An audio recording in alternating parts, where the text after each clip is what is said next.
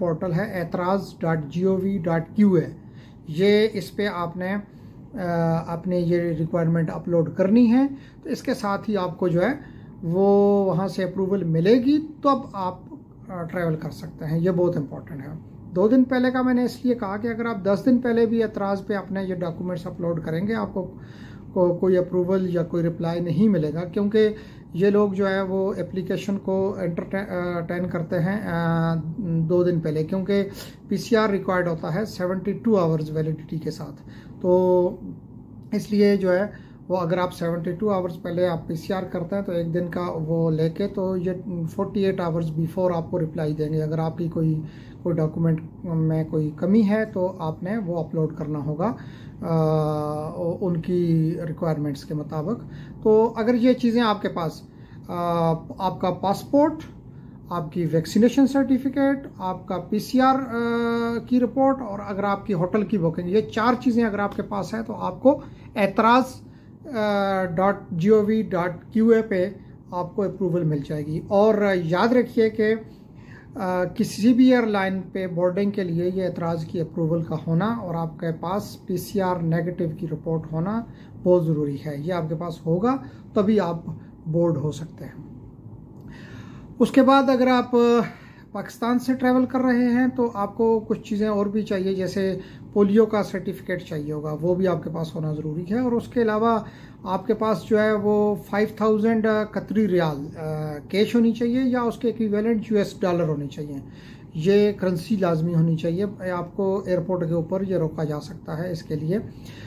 या जो है आपके पास क्रेडिट कार्ड होना चाहिए। याद रखिए डेबिट कार्ड नहीं, क्रेडिट कार्ड आपके पास हो तो आप जो है वो ट्रैवल कर सकते हैं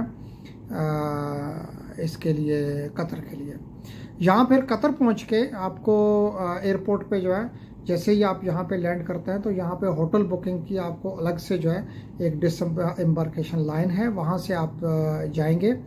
और याद रहे कि जैसे ही आप इस पे इमिग्रेशन पे जाते हैं, होटल बुकिंग की अलग से काउंटर हैं। यानी होटल बुकिंग से मुराद ये है कि वो लोग जिन्होंने क्वारंटीन के लिए आना है होटल्स पे, तो उस पे जैसे आप आएंगे तो वहाँ पर आपको ऑन अराइवल वीज़ा मिल जाएगा। ऑन अराइवल वीज़ा जो है उसकी जो फ़ी है वो आपकी जो डिस्कवर कतर की वेबसाइट से जो आपने होटल की बुकिंग की है उसी में इंक्लूडेड है। वो आपकी जो वीज़ा की फ़ी और प्लस टैक्सी जो आपको एयरपोर्ट से होटल पे ड्रॉप करेगी उसकी फ़ी। तो आप जैसे ही इमिग्रेशन पे अपना वो करेंगे, आपका ऑन अराइवल वीज़ा मिलेगा तो आप बाहर आके दोहा एयरपोर्ट पे जैसे सेकंड नंबर काउंटर पे जाएंगे, वहाँ पे आपको एक स्लिप मिलेगी जो कि आपका एक्चुअली टैक्सी का जो स्लिप है। आपको बाहर आके वो टैक्सी स्टैंड पे वो दिखानी है और फिर आपको वो टैक्सी जो है वो आपके क्वारंटीन होटल पे ड्रॉप कर देगी। 10 दिन आपने यहाँ पे जो है मैंडेटरी, ये गवर्नमेंट ऑफ कतर की तरफ से क्वारंटीन है, यहाँ पे रहना है। उसके बाद आप अगले 4 दिन आपने जो भी दूसरे किसी होटल में अगर आपने बुकिंग की हुई है तो आप वहाँ पे जा सकते हैं।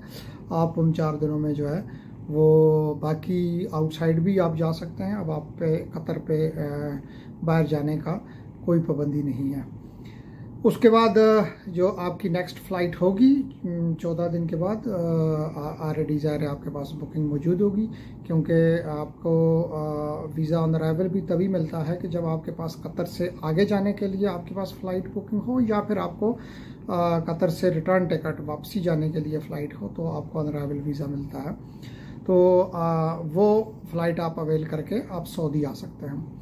और याद रहे कि सऊदी में आपको अगर आप फुल इम्यून हैं, आपने दोनों डोजेस वैक्सीन की ली हुई हैं, तो आपको वहाँ पे क्वारंटीन की ज़रूरत नहीं है। आप जो है सऊदी लैंड करके आप अपने काम पे या अपने घर पे जा सकते हैं।